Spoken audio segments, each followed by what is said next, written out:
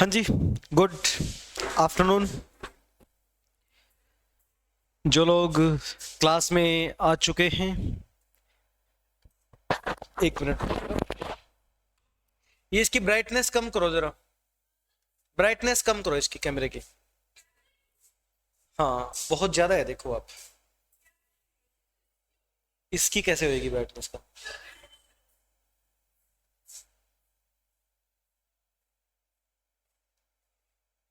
बताइए जरा।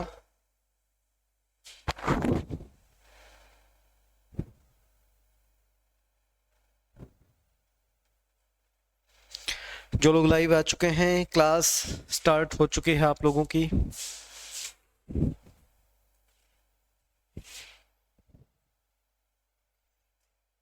Now okay.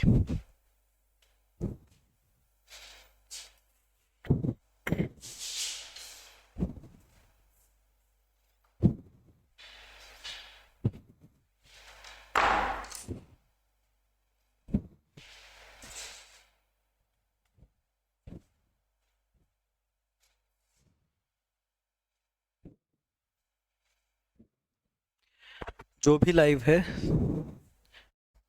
Comment कर दीजिएगा फटाफट। चलिए, तो स्टार्ट करते हैं आज का टॉपिक। हम पढ़ रहे थे 1857 की क्रांति। 1857 की क्रांति में हम लोगों ने पहला जो कारण डिस्कस किया था वो था राजनीतिक कारण। उसके बाद मैंने आपको बताया था आर्थिक कारण, धार्मिक कारण, सैनिक कारण, सहायक संधि और हड़प नीति। पहला कारण पढ़ चुके थे, दूसरा हम पढ़ रहे थे आर्थिक कारण। आर्थिक कारणों में मैंने आप लोगों को बताया था कैसे कृषि को लेकर के दिक्कतें चल रही थी। और दूसरी बात आर्थिक कारणों में अब देखेंगे हम राजस्व को लेकर के जो ईस्ट इंडिया कंपनी ने पॉलिसी अपनाई थी वो कैसे काम कर गई। राजस्व के लेकर के यानी रेवेन्यू को लेकर के ईस्ट इंडिया कंपनी कैसी पॉलिसी बनाती है। रेवेन्यू कलेक्शन के लिए ईस्ट इंडिया कंपनी ने 3 पॉलिसी अपनाई थी जो कि तीनों ही किसानों के हित की नहीं थी। एक बार आप लोग कमेंट करके बता दो फटाफट। अभी मुझे आइडिया नहीं है कि कितने लोग क्लास में आ चुके हैं, फटाफट बताइए कमेंट करके। बताइए जरा कौन कौन आ चुका है क्लास में।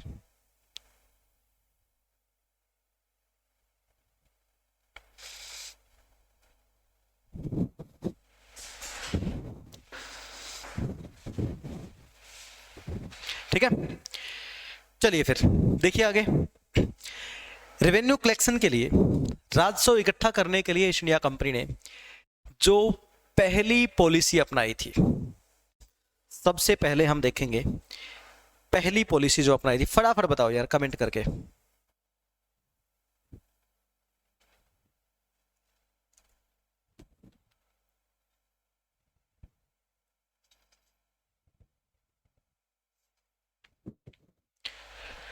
पहली पॉलिसी जो ईस्ट इंडिया कंपनी ने अपनाई थी वो थी स्थायी बंदोबस्त।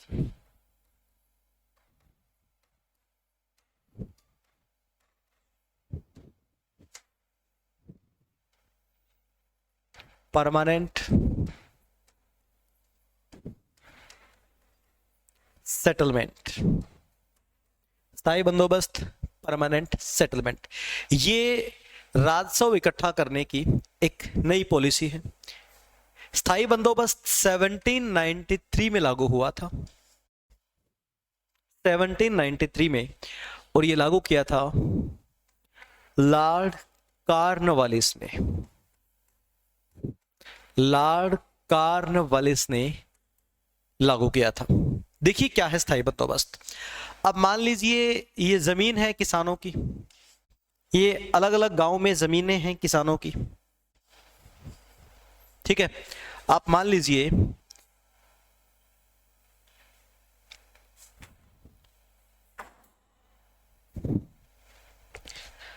ये अलग अलग जमीनें हैं अलग अलग गांव में, ये गांव है अलग अलग। पहले से ही एक सिस्टम चलता आ रहा था कि बहुत सारे गांवों का किसी एक व्यक्ति को जमींदार बना दिया जाता था कि सारे गांव के किसान इकट्ठे होकर के इस जमींदार को पैसा देंगे और फिर ये जमींदार पैसा जो है राजा को देगा। अब राज करने आ गई है ईस्ट इंडिया कंपनी। तो ईस्ट इंडिया कंपनी ने क्या किया, जो लोग जमींदार बनते थे उन जमींदारों को ही सारा का सारा एरिया, जितने एरिया के वो जमींदार बने थे, कुछ निश्चित दामों पर दे दिया। मान लीजिए 6 गांव है, 6 गांव की जमीन इसको दे दी निश्चित दामों पर कि ये पैसा दो, जमीन लो। जमीन का असली मालिक अब जमींदार ही होगा, जमींदार को ही मालिक बना दिया। अब इस 6 गांव पे जो किसान खेती करते थे, जिनकी एक्चुअल में जमीन थी, वो अब जमींदारों की हो गई। वो लोग खेती करेंगे, बस खेती करेंगे तो सारे के सारे किसान अपना पैसा देंगे जमींदार को, और जमींदार ईस्ट इंडिया कंपनी को देगा पैसा। यानी कि ईस्ट इंडिया कंपनी ने एक नई पॉलिसी निकाली कि किसानों का पैसा जमींदार के माध्यम से लेंगे। यहां पर फिक्स हुआ 10/11। जमींदार जितना भी लाएगा उसका 10/11 कंपनी को देगा, 1/11 खुद के पास रखेगा कमीशन के। तो यहां पर जमींदारों ने अपने टारगेट पूरे करने शुरू कर दिए। भाई ईस्ट इंडिया कंपनी को पैसा देना है, पैसे में जमीन खरीदी है, तो जितना चाहेंगे उतना टैक्स हम वसूलेंगे। किसानों से लगातार ज्यादा से ज्यादा टैक्स वसूलते रहे, ईस्ट इंडिया कंपनी को देते रहे 10/11 कि हम इतना ही लाए हैं। किसानों का बुरा हाल किया जमींदारों ने। ऐसी व्यवस्था जहां किसानों का पैसा जमींदार के माध्यम से ईस्ट इंडिया कंपनी तक पहुंचे, ये कहलाता है स्थायी बंदोबस्त। यानी परमानेंट काम कर दिया कि जमींदार को ही सौंप दिया सब कुछ, तुम ही हो इस पे, ठेकेदार बना दिए इन्हीं को, ठीक है। तब ये पूरे इंडिया में लागू नहीं हुआ। स्थायी बंदोबस्त पूरे इंडिया में लागू नहीं हुआ, ये लागू हुआ केवल इस एरिया में। स्थायी बंदोबस्त बिहार, बंगाल और ओडिशा में लागू हुआ। स्थायी बंदोबस्त कहां कहां लागू हुआ? बिहार, बंगाल और ओडिशा में। उस समय जो ईस्ट इंडिया कंपनी शासन कर रही थी, यानी कि ब्रिटिश इंडिया जो था, ब्रिटिश इंडिया के केवल 19% भाग पे लागू हुआ था स्थायी बंदोबस्त। स्थायी बंदोबस्त बिहार, बंगाल, उड़ीसा, यानी कि ब्रिटिश इंडिया के, ईस्ट इंडिया कंपनी के कब्जे में भारत जो था उसके केवल 19% भाग पे स्थायी बंदोबस्त लागू हुआ। कब हुआ, किसने किया, ये बात समझ में आ गई। ईस्ट इंडिया कंपनी पैसा ले रही है किसानों का, लेकिन जमींदार से। जमींदार को बना दिया असली मालिक, जमीन दे दी, तुम लो, पैसे दो, निश्चित दाम पे जमीन ले ली जमींदारों को, और जमींदार को ही टैक्स वसूलने का अधिकार है। और वो फिर 10/11 ईस्ट इंडिया कंपनी को देगा, 1/11 खुद के पास रखेगा, बाकी जो बचत है वो किसानों की। इसमें फाइनली लॉस किसका हुआ? किसानों का। किसान दुखी हैं, बिल्कुल दुखी है। किस वजह से? स्थायी बंदोबस्त। तो स्थायी बंदोबस्त किसानों के लिए सही नहीं था। 1793 में लागू हुआ था। 1857 जब तक क्रांति होगी तब तक सोचिए कितने जमींदारों ने कितने किसानों को बर्बाद कर दिया होगा। क्या किसान दुखी हैं? बिल्कुल दुखी हैं। पूरे इंडिया के नहीं, लेकिन बिहार, बंगाल, उड़ीसा 19% भाग के तो दुखी हैं। क्या ये लोग क्रांति करेंगे? बिल्कुल। क्यों? स्थायी बंदोबस्त के कारण। तो स्थायी बंदोबस्त हुआ क्रांति का एक कारण। समझ में आ गई? आज तक आप लोगों ने स्थायी बंदोबस्त के बारे में सिर्फ सुना था, आज आपने देख भी लिया कि क्या होता है स्थायी बंदोबस्त। फटाफट नोट कीजिए।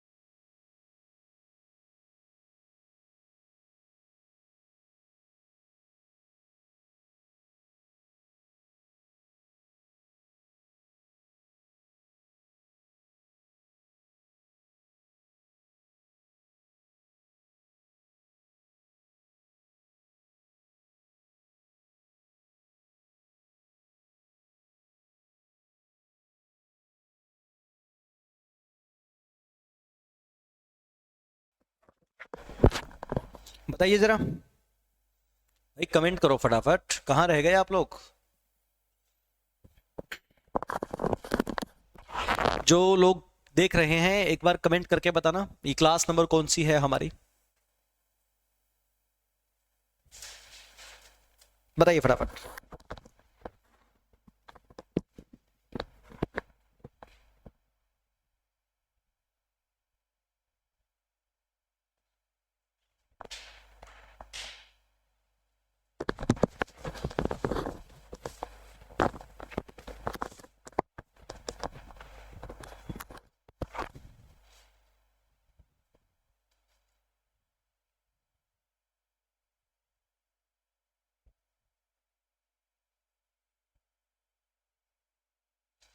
क्लियर?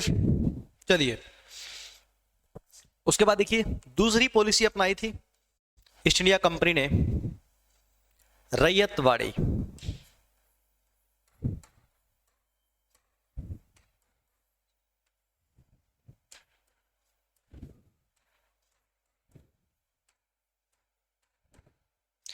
1820 में लागू हुई थी जी रैयतवाड़ी, और लागू की थी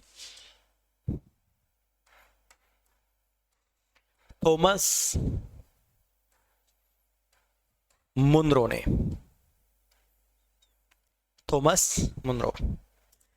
रैयतवाड़ी में क्या होता था कि मान लीजिए ये है जमीन,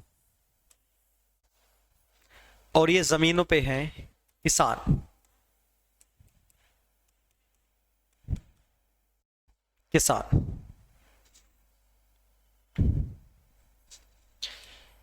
किसानों का पैसा, ये रेवेन्यू हो गया, ईस्ट इंडिया कंपनी को चाहिए। ईस्ट इंडिया कंपनी राज कर रही है, तो ईस्ट इंडिया कंपनी ने एक पर्टिकुलर एरिया में ऐसा किया, रैयतवाड़ी लागू कर दी। रैयतवाड़ी में क्या होता था, रैयत जो शब्द है ये साउथ इंडिया में बोला जाता है, और इसका मतलब ही होता है किसान। किसान डायरेक्ट अपना पैसा कंपनी को देंगे। किसान डायरेक्ट अपना पैसा कंपनी को देंगे, बीच में से जमींदारों को हटा दिया। जमीन के असली मालिक किसान ही होंगे, यहां जमींदार नहीं होंगे। जमीन के असली मालिक किसान ही होंगे, लेकिन यहां पे दर फिक्स कर दी 63%। 63% अपनी फसल का इसको देंगे तो बचेगा क्या? 37%। पूरी साल मेहनत करो, बस बचेगा कुछ नहीं। ये लागू हुआ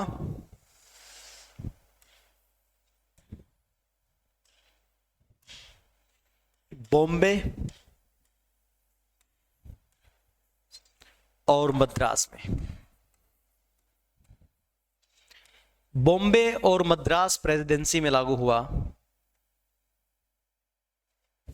रैयतवाड़ी, यानी 51% of British India, British Bharat के 51% भाग पर रैयतवाड़ी लागू हुई। ये थी रैयतवाड़ी। फाइनली बात ये है कॉमन, यहां वसूला जाता था जमींदारों द्वारा, यहां किसान खुद दे के आ रहे हैं रैयतवाड़ी में, तो रेट ज्यादा है। ये दिक्कत, कीजिए इसको फटाफट नोट। बताइए यहां तक कोई दिक्कत?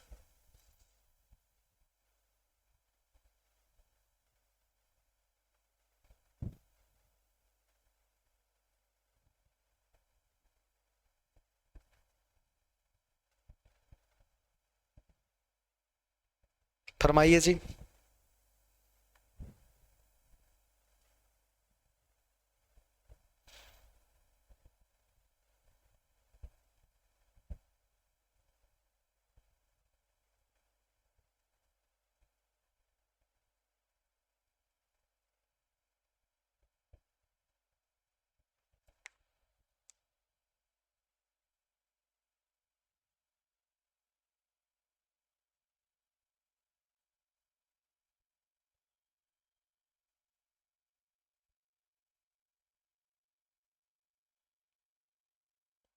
फटाफट बताएं।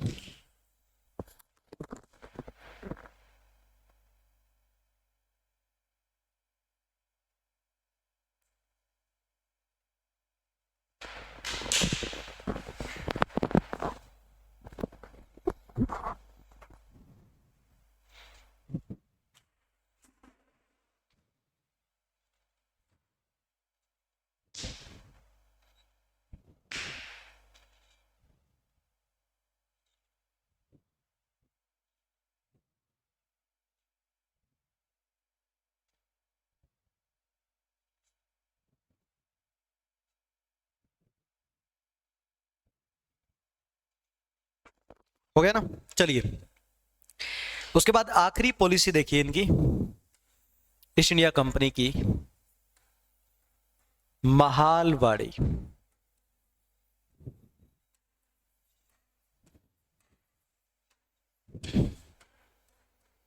1822 में होल्ट मैकेंजी, होल्ट मैकेंजी ने लागू की थी 1822 में महालवाड़ी। अब देखिए महालवाड़ी क्या है। महालवाड़ी प्रथा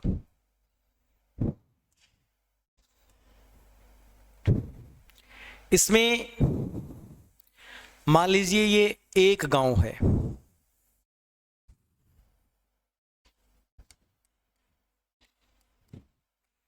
इस गांव के ये सारे किसान हैं,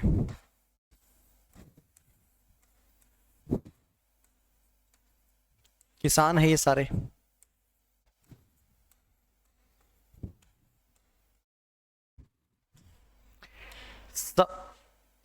गांव में एक पोस्ट बनाई जाएगी महाल की, पूरे गांव का एक महाल होगा जिसको कहेंगे नंबरदार। सारा गांव अपना पैसा इकट्ठा करके नंबरदार को देगा और नंबरदार वही पैसा यानी राजस्व ईस्ट इंडिया कंपनी को देगा। एक सिस्टम यह भी लागू हुआ महालवाड़ी। जी नमस्ते, बुक बाद में, पहले इधर देखो। महालवाड़ी, महालवाड़ी में क्या होगा, सारा गांव इकट्ठा होकर के पैसा देगा नंबरदार को, नंबरदार जाकर के देगा कंपनी को। यहां फिक्स हो गया 80%, अपनी फसल का 80% तक जो है चुकाना पड़ेगा। ये पॉलिसी लागू हुई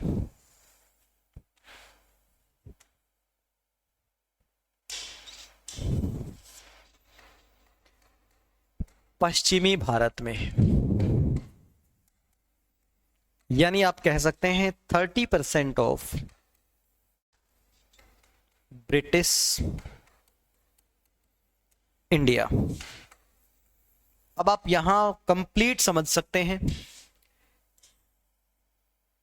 19% भाग पे लागू किया गया था स्थायी बंदोबस्त, 51% भाग पे लागू किया गया था रैयतवाड़ी, और 30% भाग पे लागू किया गया है महालवाड़ी। टोटल हो गया 100% ब्रिटिश इंडिया का, पूरा भारत नहीं, वो भारत जो ईस्ट इंडिया कंपनी के कब्जे में था। तीनों में कॉमन बात यह है कि किसानों का ही बुरा हाल था। तो ये आर्थिक कारण हुए ईस्ट इंडिया कंपनी के खिलाफ क्रांति करने के।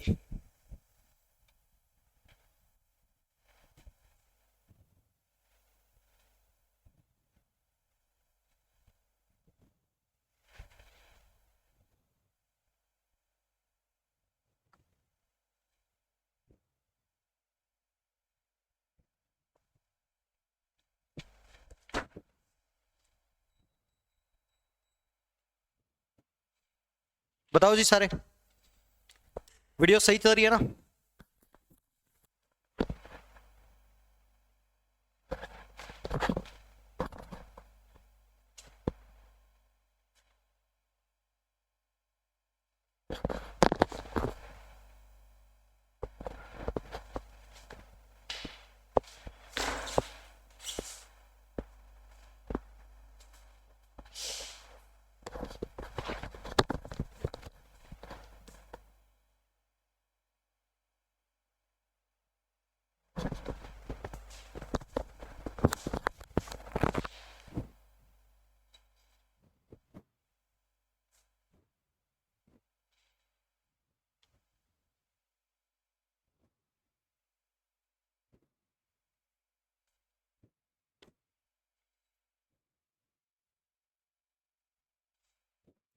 दिख तो रहा है सही, जितना दिख रहा है उतना ही लिखा है मैंने इसके ऊपर। बताओ फटाफट। फिर देखते हैं अगला कारण। ये दो कारण हो गए, राजनीतिक और आर्थिक।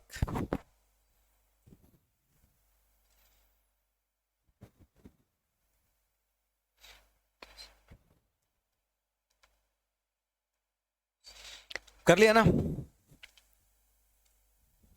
फटाफट बताइए। चलिए आगे देखते हैं। धार्मिक कारण।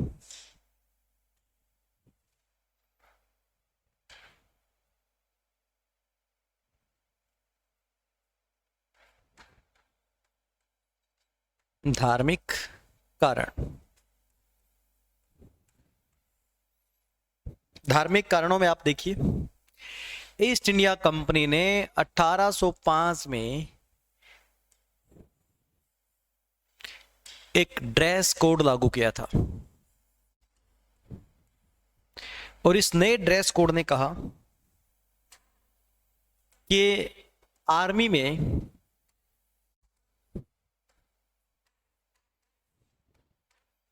जो हिंदू सिपाही हैं और जो मुस्लिम सिपाही हैं, उनके लिए कुछ नए रूल्स आ गए।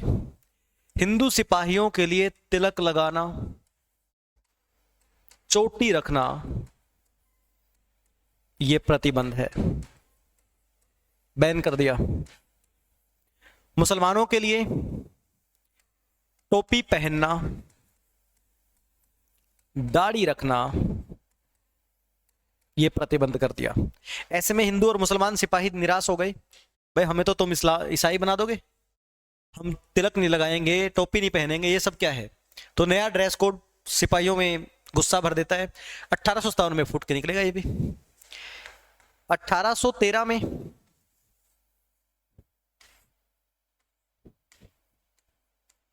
क्रिश्चियन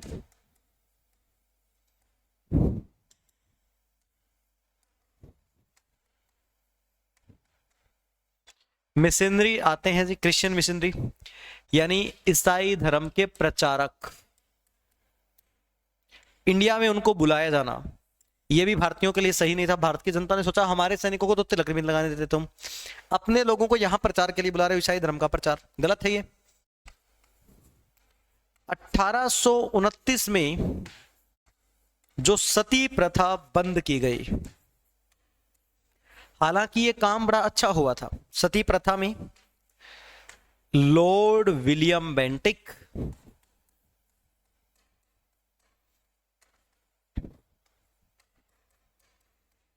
व राजा राम मोहन राय दोनों ने मिलकर प्रयास किया, सती प्रथा को बैन कर दिया। सती प्रथा वैसे तो ठीक है, एक बुराई को अंत कर दिया, लेकिन उस समय लोगों ने यही लिया कि ये हमारी परंपरा थी और इसके खिलाफ अंग्रेजों ने कानून क्यों बनाया। तो लगातार ये 3 एक्शन जो ईस्ट इंडिया कंपनी ने दिए ना, 1805 में ड्रेस कोड, 1813 में ईसाई धर्म के प्रचारक आ गए, और 1829 में सती प्रथा का अंत कर दिया। ऐसा लगा सबको हमारे धर्म के पीछे पड़े हैं, तो ये सारे बने धार्मिक कांड 1857 में। इनके खिलाफ भी गुस्सा निकलेगा लोगों का। ये थे ईस्ट इंडिया कंपनी के खिलाफ क्रांति के धार्मिक कारण। मुझे बताइए यहां तक कोई इश्यू है तो।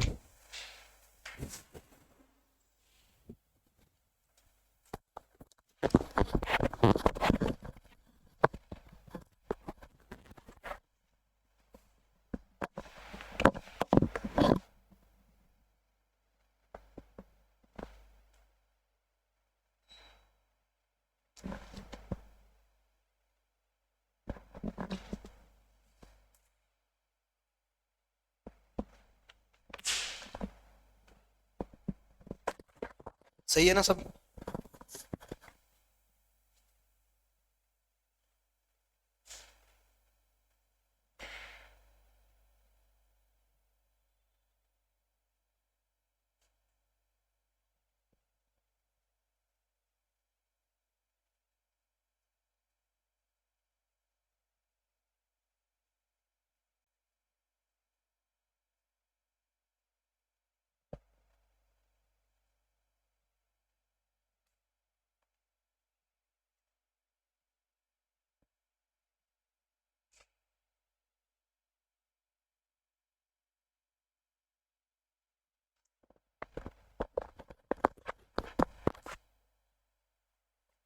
बताइए जरा।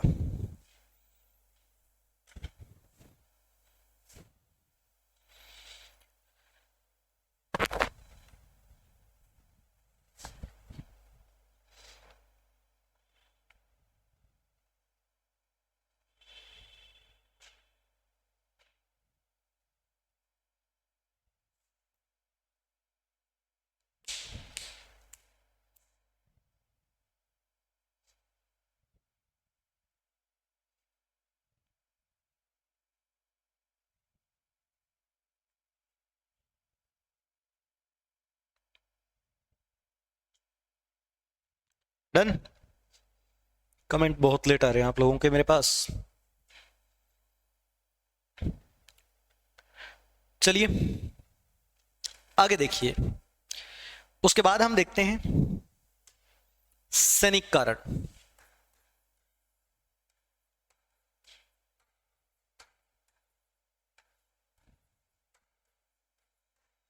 सैनिक कारण। सैनिक कारणों में हम देखें कि जो भारतीय सैनिक थे और जो अंग्रेज सैनिक थे, बहुत फर्क था। इन लोगों के पदों को लेकर, वेतन को लेकर, एक्स्ट्रा जो अलाउंस मिलते हैं भत्ते उनको लेकर,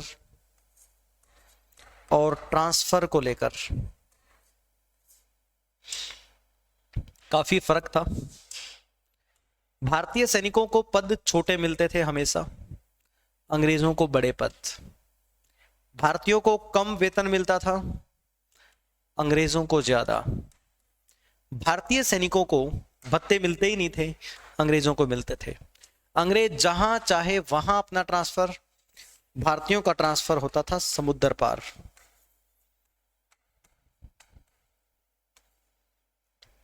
समुद्र में जाना आप सगुन मानते थे उस समय भारत में। तो ये सारी चीजें देख करके क्या भारतीय सिपाही जो अंग्रेजी सेना में काम कर रहे थे वो दुखी हैं? बिल्कुल दुखी हैं जी। तो 1857 में गुस्सा ये भी निकालेंगे, करेंगे ना क्रांति। तो ये है क्रांति के कैसे कारण? सैनिक कारण। करो नोट।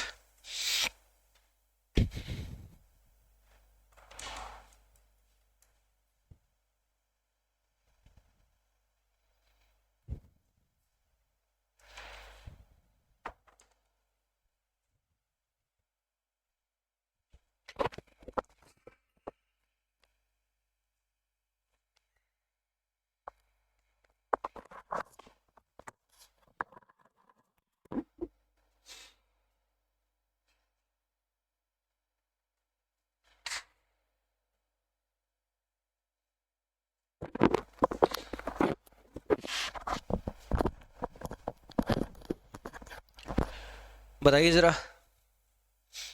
एक बार सारे के सारे कमेंट कर दो जितने भी लोग हैं। अशोक, अंजू, रेखा, सचिन, सुमन, सब।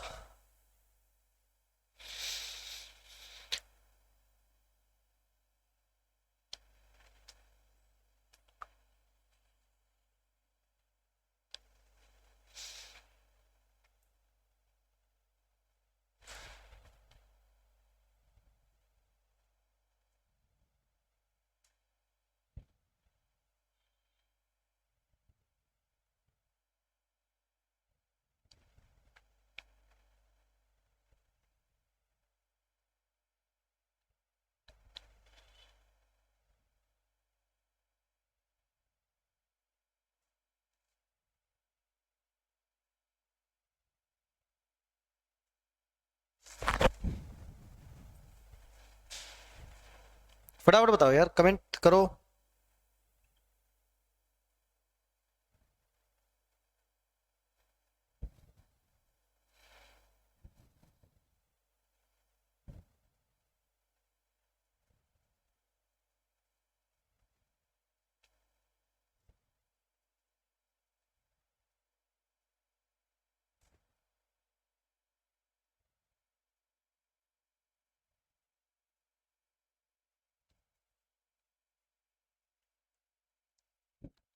क्लियर?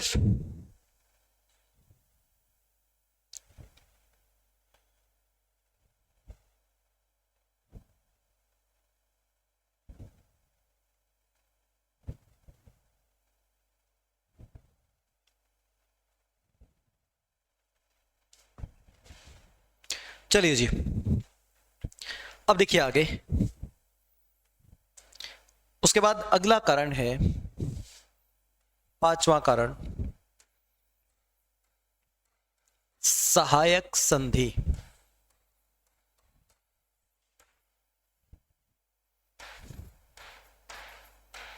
सब्सिडरी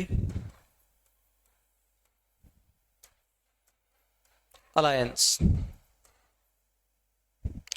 सहायक संधि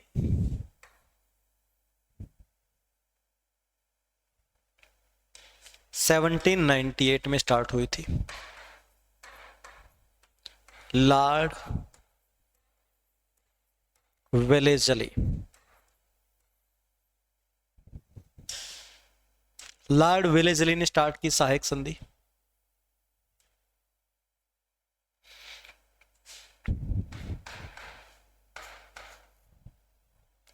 सहायक संधि का मतलब यह था कि ईस्ट इंडिया कंपनी स्वतंत्र राज्यों को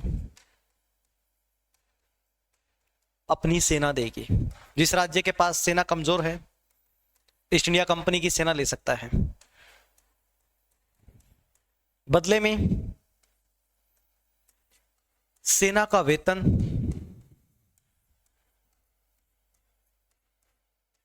राज्य से दिया जाएगा।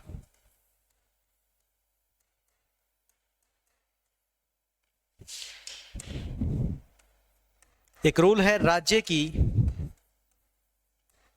खुद की सेना नहीं होगी।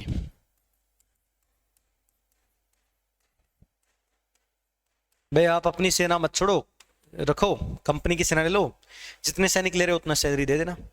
भविष्य में यही सेना जो ईस्ट इंडिया कंपनी की है उस राज्य पे कब्जा कर लेगी। जिस जिस राज्य ने सहायक संधि अपनाई थी, समझ लो वो शिकार हुआ। सबसे पहला शिकार हुआ था हैदराबाद। सहायक संधि अपनाने वाला पहला राज्य हैदराबाद, और जिसने भी अपनाई वो बर्बाद। जो जो सहायक संधि वाले हैं, क्या वो परेशान है? बिल्कुल है। यानी सहायक संधि ईस्ट इंडिया कंपनी ने जिस पे लागू की थी, जिस पे थोपी थी, वो 1857 में क्रांति करेंगे। बताइए जरा।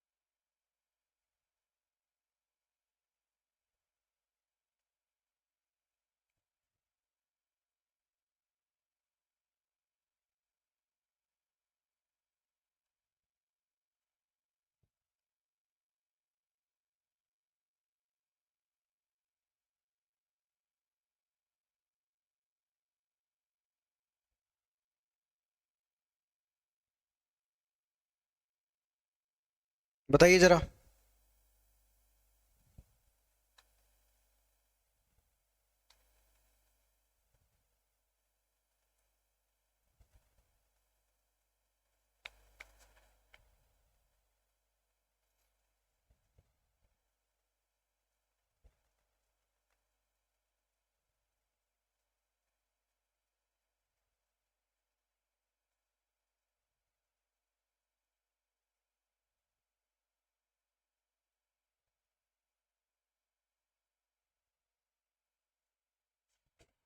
चलिए आगे देखिए, आखिरी छठा कारण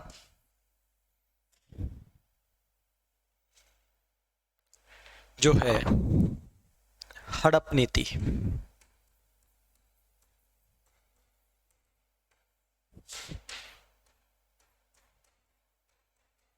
डॉक्ट्रिन ऑफ लैप्स।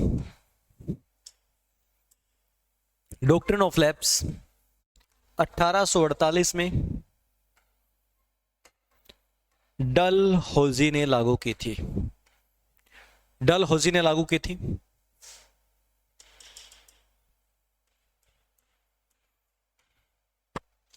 क्या है हड़प नीति? हड़प नीति का मतलब है, अगर,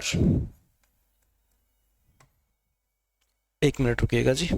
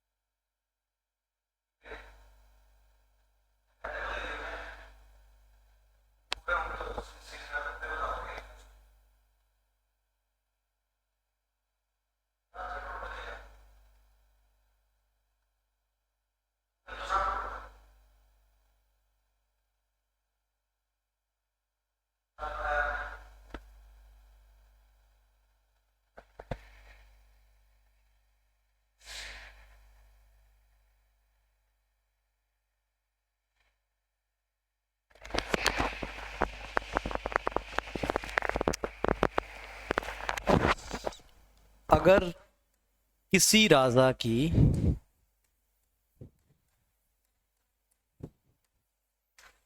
मृत्यु हो जाए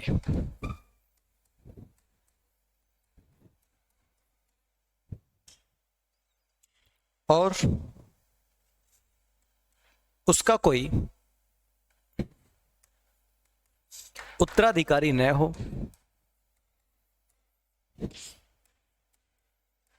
तो ऐसे केस में दत्तक पुत्र व उस राज्य की रानी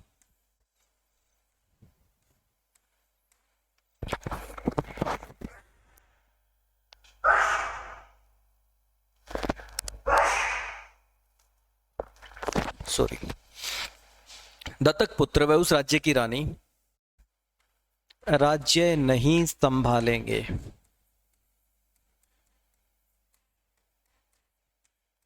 ऐसे में क्या होगा? राज्य का प्रशासन ईस्ट इंडिया कंपनी देखेगी। अगर किसी राज्य के राजा की डेथ हो गई और उसका कोई बेटा नहीं है तो गोद लिया बच्चा राजा नहीं बन सकता और उसकी पत्नी भी राजा नहीं बन सकती, सॉरी राज नहीं कर सकती। सबसे पहला शिकार हुआ था सतारा महाराष्ट्र। सतारा रियासत में ऐसा ही हुआ था, राजा की डेथ हो गई और गोद लिए बच्चे को राजा बनने नहीं दिया कंपनी ने। बाद में 1854 में झांसी के साथ क्या हुआ था? हड़प नीति ही लागू की गई थी। तो जिन राज्यों पे हड़प नीति लागू की गई थी, हड़प नीति उनके लिए अभिशाप था, राज्य चला गया। क्या वो क्रांति करेंगे? बिल्कुल करेंगे जी क्रांति। क्या हड़प नीति क्रांति का कारण है? बिल्कुल है। तो मैंने आप लोगों को 6 के 6 कारण, राजनीतिक कारण, आर्थिक कारण, धार्मिक कारण, सैनिक कारण, सहायक संधि, हड़प नीति, 6 के 6 कारण मैंने आपको बता दिए हैं। इन सभी से पूरा देश एकदम से आक्रोश में था, लेकिन एक और मेन कारण अभी बाकी है, ठीक है, वो होगा तत्कालीन कारण। अब मूड बन गया लोगों का, क्रांति करेंगे, बस कोई बहाना मिल जाए।